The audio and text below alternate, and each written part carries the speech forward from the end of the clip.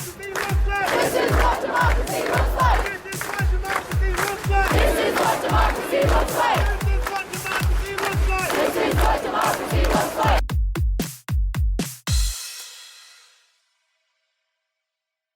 Hey everyone, welcome to Be the Change. My name is Lily Mott, and today I'm going to be talking about how change comes when you stick your neck out. My guest this week is Colin Brown, and he works with Grassroots Central Mass, which is an organization that is lobbying and endorsing legislation concerning a variety of issues that are affecting central Massachusetts. So without further ado, let's get started with this conversation featuring Colin Brown.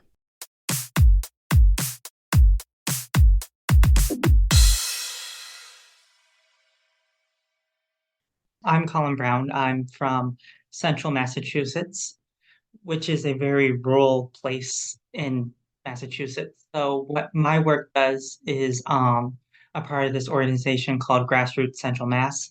I am the youngest person a part of that organization.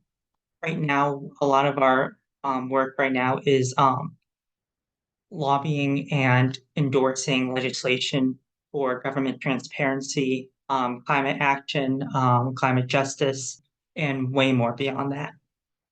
That is a great way to get started, and I'm really excited to talk with you about the work that you're doing, especially as we kick off 2024, a presidential election year in the US, of course. So I would love to first start by asking you to share a little bit about what inspired you to get started with this work. What was your path like to get involved in politics?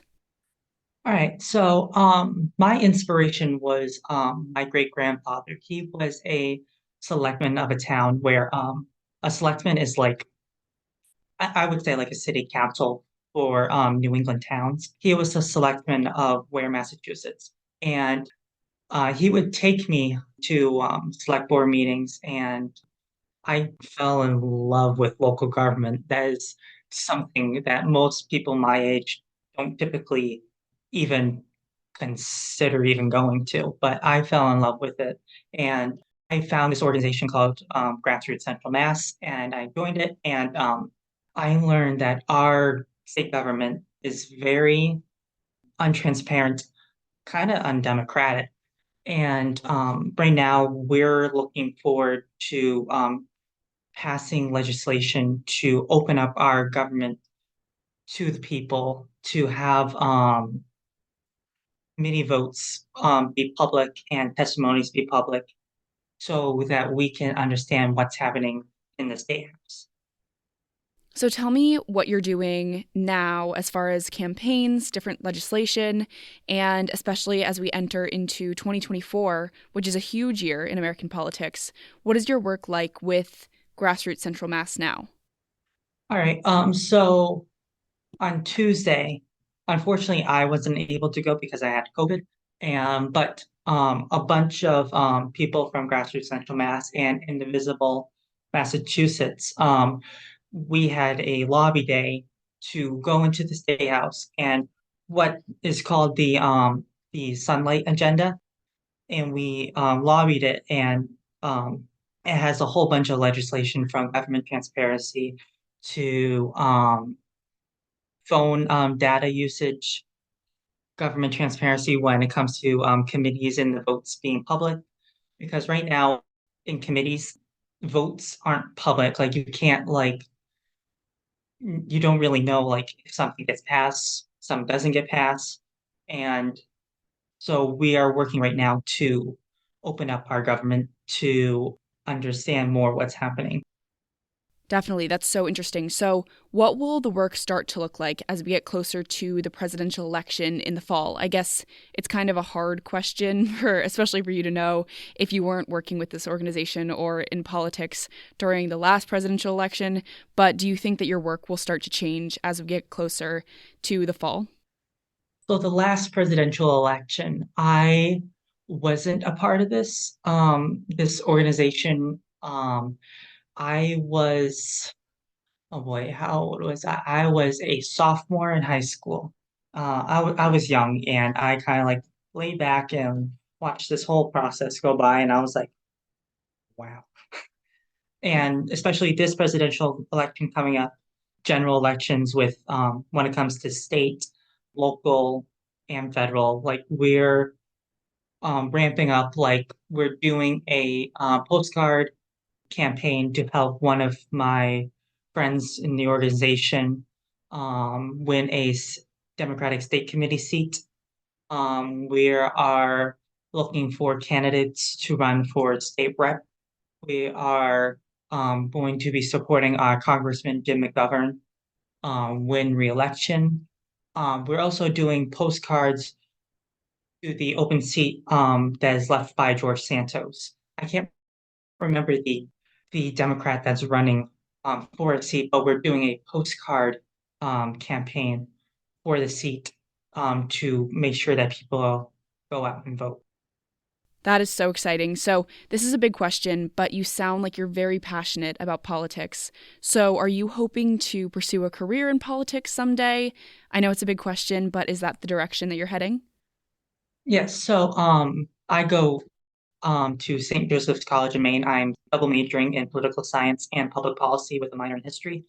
What I'm hoping to do is potentially one day run for public office because activism can only get you so far.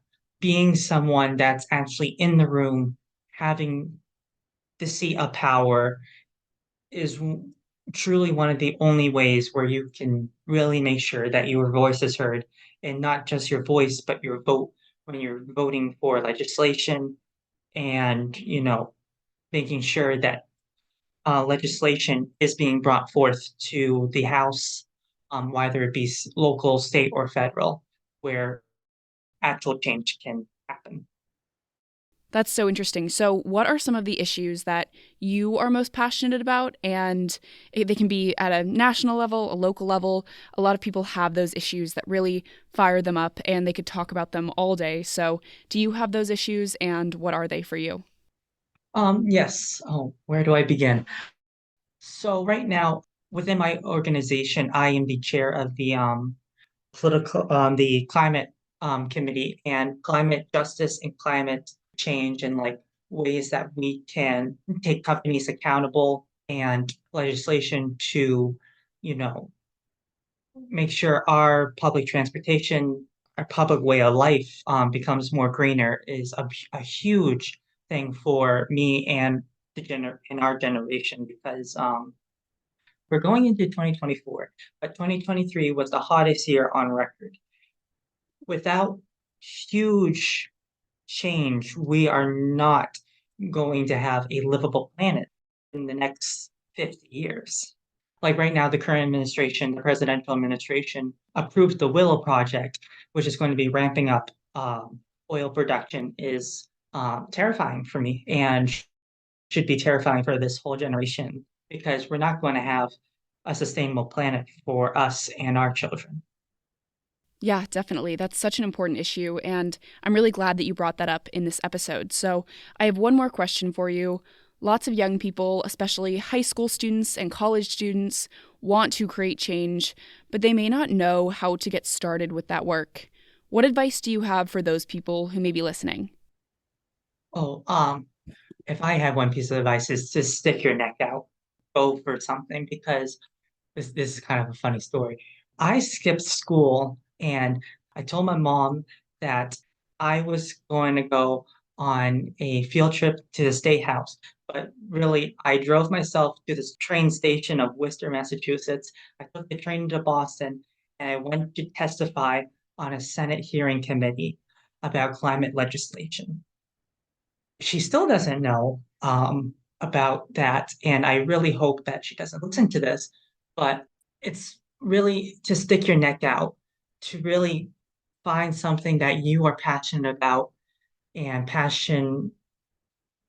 have that passion drive you to a place where you can find success in it. And even if you don't find success, find the next step, find the next stepping stool where you can go and voice your concerns.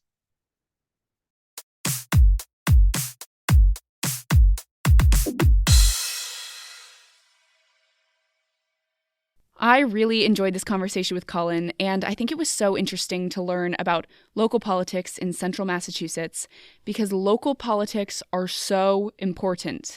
I think Colin's story about skipping school to testify on a Senate hearing committee was so cool to hear. And Colin's mom, if you're listening to this now, hello, and if there was any reason for your son to skip school, this sounds like a good one. I think we can all keep Colin's story and his advice in mind because change comes when you stick your neck out.